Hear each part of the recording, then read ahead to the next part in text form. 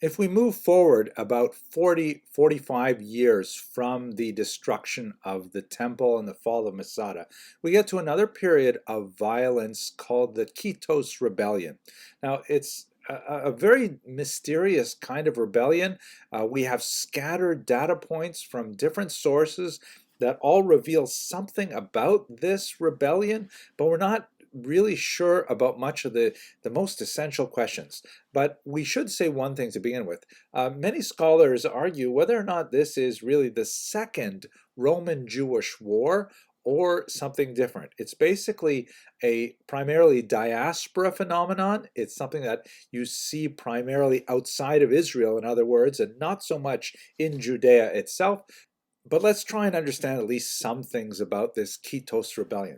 The Kitos Rebellion occurs at the very end of the rule of the Emperor Trajan. The 5 decades since the destruction of the temple have been absolutely terrible for the Jews. There is a tremendous amount of post-destruction trauma that is definitely spiritual in nature. I mean, the Jews had invested all of their spiritual understanding of how they related to the infinite through the temple. And even when the temple was corrupted by a priesthood that was essentially something that could be bought from the Romans, there was still this idea that somehow the temple was the hinge upon which the entire universe turned. And now with that temple gone, what exactly would Judaism do? What would Judaism look like? It was a period of phenomenal demographic upheaval. You have literally tens of thousands of Jews taken off in slavery to Rome. You have refugees who are scattered throughout the entire region on the Eastern Mediterranean, the Iberian and Greek peninsulas, around the Black Sea littoral, and further east through Mesopotamia. And you don't have the same kind of like center in Israel as you had before. Would the Jewish people even survive this tremendous trauma? The Romans, for their part, did many things to make things worse for the Jews. They certainly want to stamp out any possibility of a future revolt, and so there were all kinds of measures put in place to try and demean the Jews both spiritually, psychologically, demographically, and financially. The Fiscus Judaicus was instituted, and this was uh, a replacement of the mandatory machatzis shekel, the half shekel tax that Jews had from biblical times paid all over the world toward the upkeep of the temple in Jerusalem. The Fiscus Judaicus tax took that money and made it mandatory, but instead of devoting it to the upkeep of the temple in Jerusalem, it was directed to Rome and to the upkeep of a temple for Jupiter. I mean, really offensive kind of thing for the Jews. And at the same time, the messianic ferment that we saw with the birth of Christianity was still continuing. In fact, it would take another couple of decades before it would have its final, defeat, at least in the 2nd century, under Bar Kokhba. Now, Trajan himself, towards the end of his rule, became involved in a very heavy war with the Parthian Empire, which was the Persian Empire that controlled Babylonia. The Parthian Empire would ultimately fall, and in their successor empire, the Sasanians, that's when the main elements of the Talmud would be put together. But at any rate, Trajan waged war against the Parthians, and he actually penetrated all the way to the very bottom of Mesopotamia. That is, this region here that you can see, it's sort of like a yellowish color going right down to the Persian Gulf. This was briefly controlled by Roman troops.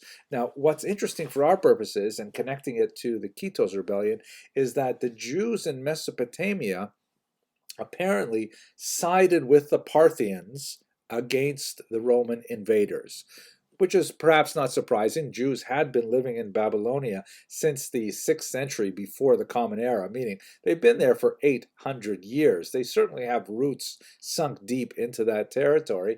And when the Romans came in invading, they took up arms to defend their homeland alongside the Parthians. This obviously was not taken very lightly by the Romans, and Lucius Quietus, who was a commander in charge of the region, was put in charge of also devastating the Jewish population and quashing any resistance to Roman rule. So this is one element of the Kitos rebellion, is Lucius Quietus' early participation. There will be another chapter to his story as well, and maybe I should give it away. The word Kitos in the Kitos rebellion is probably from his surname, Lucius Quietus. That's probably how we get Kitos. So it's named essentially after him. Perhaps because of his notorious activity putting down the Jewish rebels in Mesopotamia, or I shouldn't say the rebels, the Jewish defenders of Mesopotamia, but it could also have to do with his later activity in Judea. But as I mentioned earlier, this is a diaspora affair. It was certainly not limited to Mesopotamia with the advance into Parthian Empire territory in the year 114. We begin to see it also develop on the coast of North Africa in particular. Let's have a look at this map here, where you can see the extent of the Roman Empire at the time of Trajan's death in 117. First of all, we have the activity in Mesopotamia, which is related to the invasion of the Parthian Empire. But then we have some interesting things happening in what would be today Libya. The Kitos Rebellion had major activity in this town. The pronunciation, I know some people are really sticklers for pronunciation. I've looked it up and I've heard it pronounced as Cyrene in English. In Greek, it would have been something like Kurene. So I'm probably going to say Kurene, and I'll probably be wrong, but this wouldn't be the first time. At any rate, this is one of the locations of major rebel activity during this period. And then we also have significant activity throughout Egypt, and then finally in Cyprus.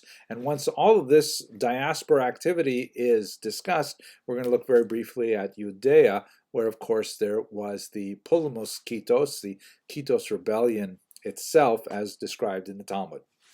Let's look at Kurene first. The various sources that refer to this assert that there may have been some kind of messianic issue to this, because there is an individual who is referred to as Lukuas in one source and Andreas in a different source. It is possible that this is the same person. It was not at all uncommon in the ancient period, especially in Greek and Roman areas, for Jews to have two names, a Hebrew name and a Greek name, or a local name. I myself have two names, right? I have a Hebrew name that my friends know me by, and I have Henry, which I publish under and stuff like that. So anyways, but he referred to himself in one of these sources as a king. So that implies some kind of unusual political, although some of the church historians suggest it was sort of a false messianic reign. And under this Lukuas/Andreas, there was a report of Jewish attacks on Roman temples and public buildings in particular.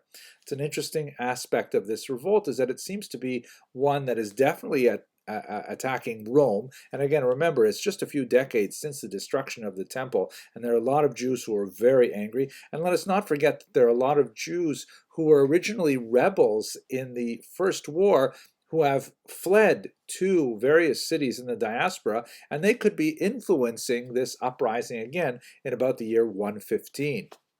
Now, one of our most important historians that tells us a little bit about the Kitos Rebellion is Cassius Dio. He is a Roman historian who was active at the end of the 2nd and the first half of the 3rd century. And he's great for a lot of things, but there are certain areas where you just don't know how seriously to take him. So, for example, when he describes this rebellion in Kyrene, he puts it like this, and just listen to this language. Meanwhile, the Jews in the region of Kyrene had put a certain Andreas at their head and were destroying both the Romans and the Greeks.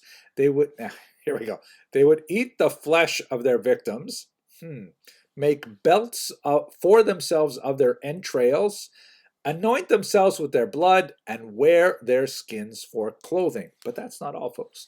Many they sawed in two from the head downwards.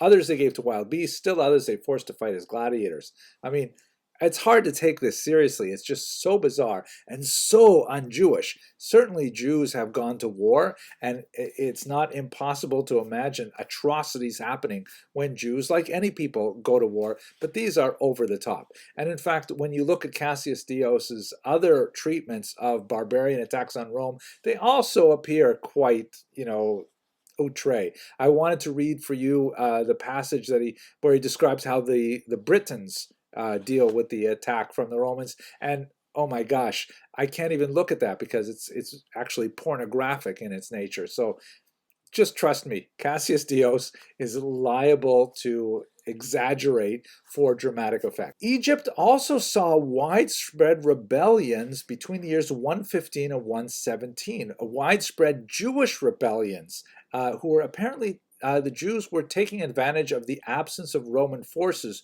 who had gone off to fight against the Parthian Empire in Mesopotamia. And once again, it's similar kinds of targets.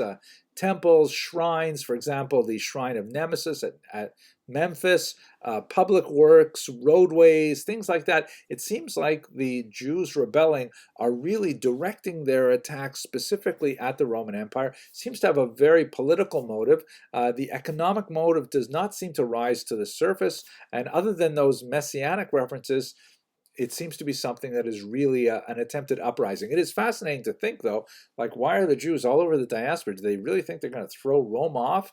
But they obviously are somewhat coordinated in doing this.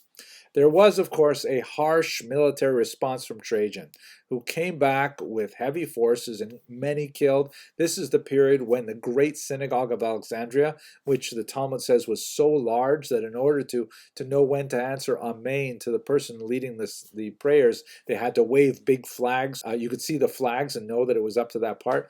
But this is the period when the great synagogue of Alexandria, Egypt, was destroyed.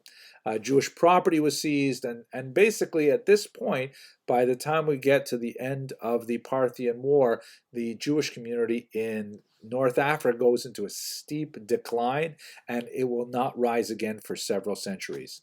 We can say the same thing about the island of Cyprus. As we saw earlier in Cassius Dio's discussion, no Jew may set foot on that island, that is Cyprus, but even if one of them is driven upon its shores by a storm, he is put to death. Jews were banned from the island after a rebellion there, and in fact, this statement is supported because there's no other evidence of Jews ever landing on this island until the 4th century. So hundreds of years of Jews gone from the region. What happened in Judea proper? This is where the Talmud refers to this phrase, Pulmos Kitos, the Kitos rebellion.